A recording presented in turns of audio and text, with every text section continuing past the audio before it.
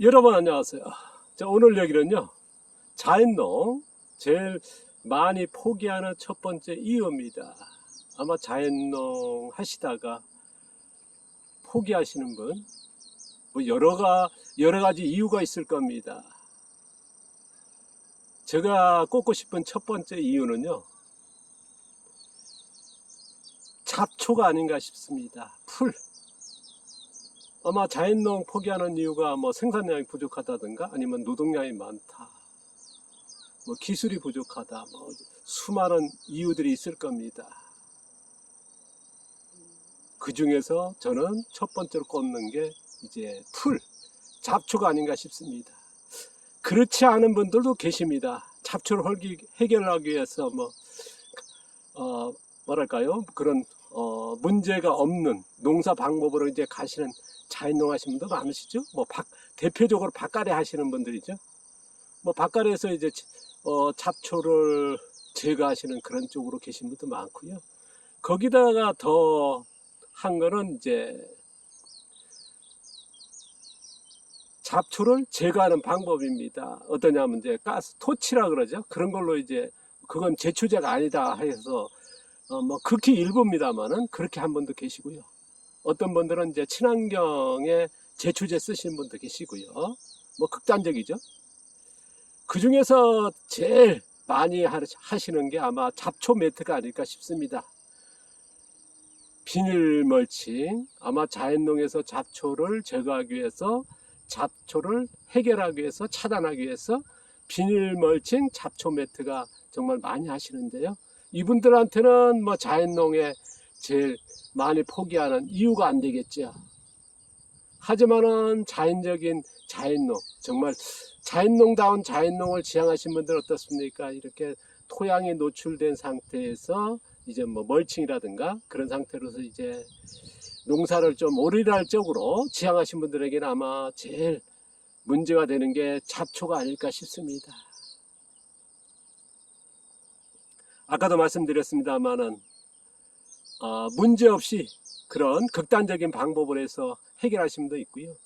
그리고 또 많은 분들이 이제 자연농에 보면 이제 무교원, 무비료, 무제초라 해가지고 그런 내용이 많지 않습니까? 그러다 보니까 이제 자연농은 잡초하고 같이 작물을 키우는 농사구나. 무제초니까요.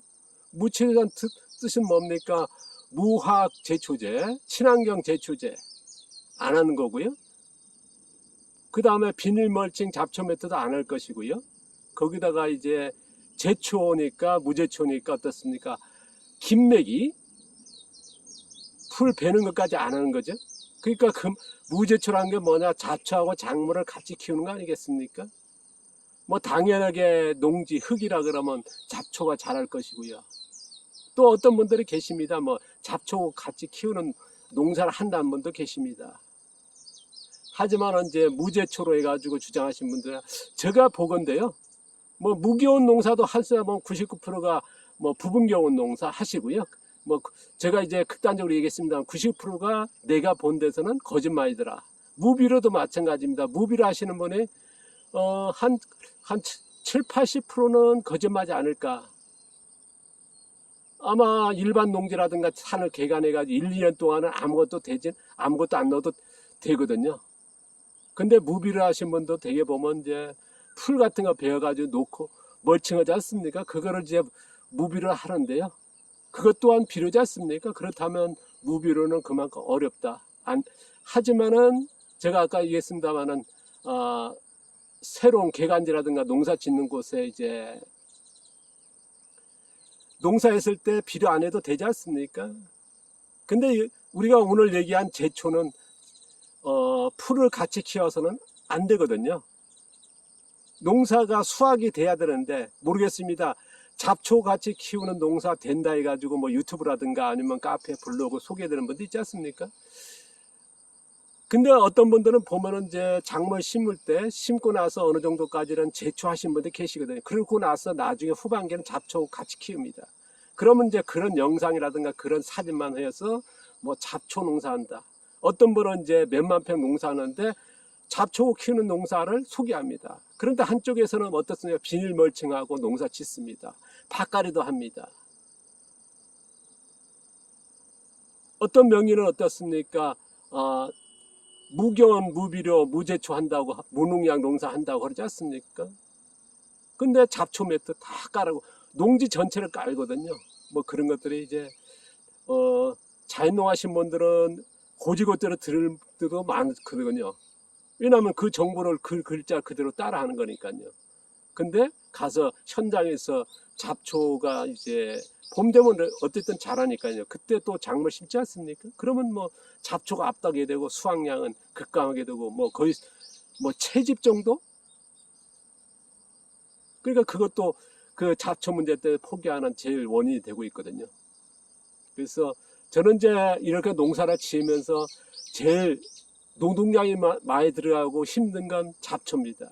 하지만은 잡초를 해결 않고 아니면 이제 극단적인 아까 그런 소개화된 내용이 아닌 오리라적인 이제 자연농을 한다 그러면 잡초 해결하는 방법이랄까 기술은 갖고 가야 된다는 게 제 생각입니다.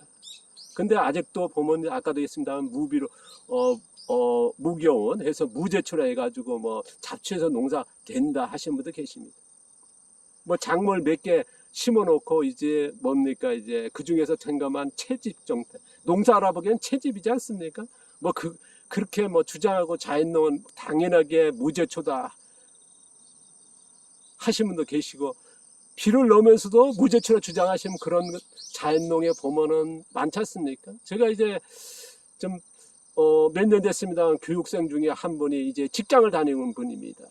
이제 귀농을 준비하면서 도시농이라든가 귀농교육이 거의 무료지 않습니까? 그런 교육을 많이 받았더라고요. 몇 년 동안요. 그래서 귀농 준비를 이제 천천히 준비한다는 얘기 하시더라고요. 근데 그분이 충격적인 말을 하더라고요. 자연농 하신 분들은 믿으시면 안 됩니다. 왜 그런 얘기 했냐 그러면 자연농 하신 분들이 이제 모였었습니다. 거의 이제 시작하신 분들 교육 장소였거든요. 그러니까 교육 쉬는 시간에 많은 얘기가 나올 때 그분이 나는 어떤 교육을 받았고 몇 년 어떤 걸 돌아다녔습니다 하면서 그 얘기 하시더라고요. 믿으시면 안 된다. 왜 그러냐 그러면 아까도 했습니다. 무교원, 무비료, 무제초. 무제초 해가지고 농사 되겠냐는 거죠. 무교원에서 하시는 분은 없다. 무비로 하시는 분은 없습니다. 자기가 본 거는 거의 그렇다라는 거거든요. 그래서 제가 오늘 말씀드리고 싶은 거는 이제 아마 자연농 지향하신 분들 하시는 분 또 하시는 분도 정말 정확하게 표현해 줘야 되는 게 중요하고요. 또 이제 자연농 하시거나 이제 준비하시는 분 같은 경우는 잡초를 해결하는 방법을 알지 않고는 힘들지 않을까 싶습니다. 제가 보시면은 여기가 이제 참외가 있고요. 수박이 자라고 이제 토마토가 자라고 여러 작물이 자랐습니다. 여기도 마찬가지고요. 보시면은 아마 잡초도 하나씩 보일 겁니다. 이렇게 잡초 아마 잡초 같이 키운다는 완전히 덮여있지 않습니까? 제가 바로 7월 달에 영상도 보여드렸습니다만은 근데 지금 보십시오. 지금 작물이 한창 커갈 때인데 잡초 없으니까 작물이 압도하면서 어쨌든 수확량이 돼야지 않습니까? 자연농도 수확량을 포기한다 그러면 잡초 안 건들고 잡초 속에 작물을 키워야겠죠. 그러면 뭐 모르겠습니다. 그거는 이제 선택이긴 하지만은 어쨌든 잡초를 해결하고 잡초하고 작물을 키운다는 거는 어렵다. 지금 작물이 성장해야 되는데 어떻습니까? 그러면 양분이 자연농에서는 뭐냐 그러면 언제든지 토양에서 작물의 양분을 생산하지 않습니까? 그런데 그 잡초가 다 먹는다 그러면 어떨까? 양분을 흡수해버리는 작물은 커가기 힘들거든요. 내가 어떤 작물 강한 뭐 토종 씨앗을 심어도요 잡초를 이겨내지 못합니다. 잡초는 자연적으로 어떻습니까? 뿌리를 많이 내리고요. 작물은 잡초에 그렇게 이겨내는 뿌리 양을 못 만들어내거든요. 왜냐하면 수십 년 동안 어떻습니까? 품종 그런 쪽으로 해서 아니면은 어떻습니까? 비료에서 키워진 토종 씨앗도 마찬가지입니다. 저도 이제 지금 토종만 해도 지금 전체 작물이 한 90종, 100종 정도 이제 키우고 있거든요. 이 안에 농장 안에요. 그리고 토종만 해도 여기서는 반이 넘습니다. 한 7, 80%가 뭐 80% 정도가 이제 토종이거든요. 이겨내지 못합니다. 제가 이쪽으로 농사를 지향한 지도 농사뿐이 됐는데 44년입니다. 자연농만도 30년 넘지 않습니까? 그리고 여기서만 10년이고 전업농 했고요. 제가 이제 영상으로 지금 보여드립니다만은 잡초 속에 아니라 작물이 압도하고 있지 않습니까? 이거를 어쨌든 저는 이제 예초와 김맥이 이 두 가지로 잡초를 해결해야 된다 하는 게 생각입니다. 그리고 어떤 때는 잡초를 키워야 되고요. 제가 이제 작물 심고 나서 잡초와 같이 키우지 않습니까? 그리고 어느 시기에 잡초를 없고 또 잡초가 자랐을 때 또 어느 시기에는 없애고요.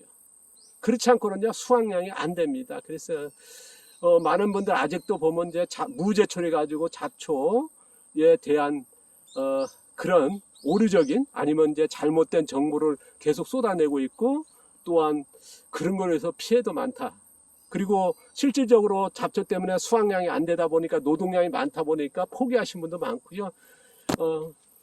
좀 자연농 하신 분들이 포기하는 것만큼은 좀 저는 안타깝습니다.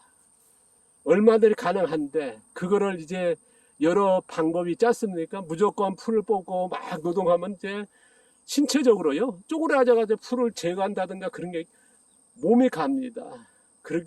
그걸 줄이는 방법은 뭐냐? 기술적이라는 거. 그 다음에 노동하는 방법을 알아야 되고요. 그리고 풀을 적게 나게 하는 방법을 찾아야 됩니다. 그럼 다시 한번 말씀드리면요. 풀을 적게 나는 방법, 토양을 그런 방법을 찾아야 되고 분명히 풀 발생이 적어지는 방법이 있거든요. 그리고 풀을 제거할 수 있는 어느 시기에 하는 그 기술이 필요합니다. 그리고 몸을 안 다치면서 풀을 그러니까 일머리라 그러죠. 제거하는 노동량이 똑같이 일하는데 어떤 사람은 세 고랑 하는데 한 고랑밖에 못하는 그거는 굉장히 기술적으로 차이가 있거든요. 그래서 그런 풀 다루는 기술 이런 것들이 필요하지 않을까 싶습니다. 그 외에도 뭐 몇 가지가 더 있는데요. 그리고 중요한 거 하나, 무기온 상태에서 유기를 멀칭하시라는 거. 왜냐 그러면 풀이요 덜도 자라지만은 어떻습니까? 풀 제거하기 쉽습니다.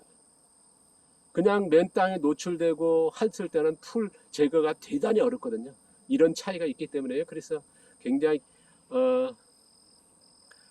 풀을 해결해야 된다. 풀을 생각하면서 농사를 짓는다 그러면 그런 몇 가지 기술은 습득하시고요. 그 다음에 잘못된 정보는 좀 걸러내시고 농사 지었으면 좋겠습니다. 무조건 나와 있는 정보 보니까 기가 막히지 않습니까? 무경, 무비료, 무농약, 무제초 하니까 야 나도 할 수 있구나. 그런데 그게 제일 많은 함정이라는 거 참고하시고요. 제가 이제 너무나 뭐랄까요 좋지 않은 쪽으로 표현하는지 모르겠습니다. 어쨌든 현장에 일어난 일이고요. 그래서 안타까워서 오늘 얘기해 봅니다. 자, 포기 마시고요. 많이들 자연농이 아주 좋은 농사 아닙니까? 저는 뭐 좋다 보니까 이제 30년 넘게 이쪽으로 지향하는데 그래서 포기하는 것이 안타깝고 그래서 오늘 말씀을 드려봅니다. 불편한 내용도 많았는데요. 이해를 부탁드리겠습니다. 감사합니다. 고맙습니다.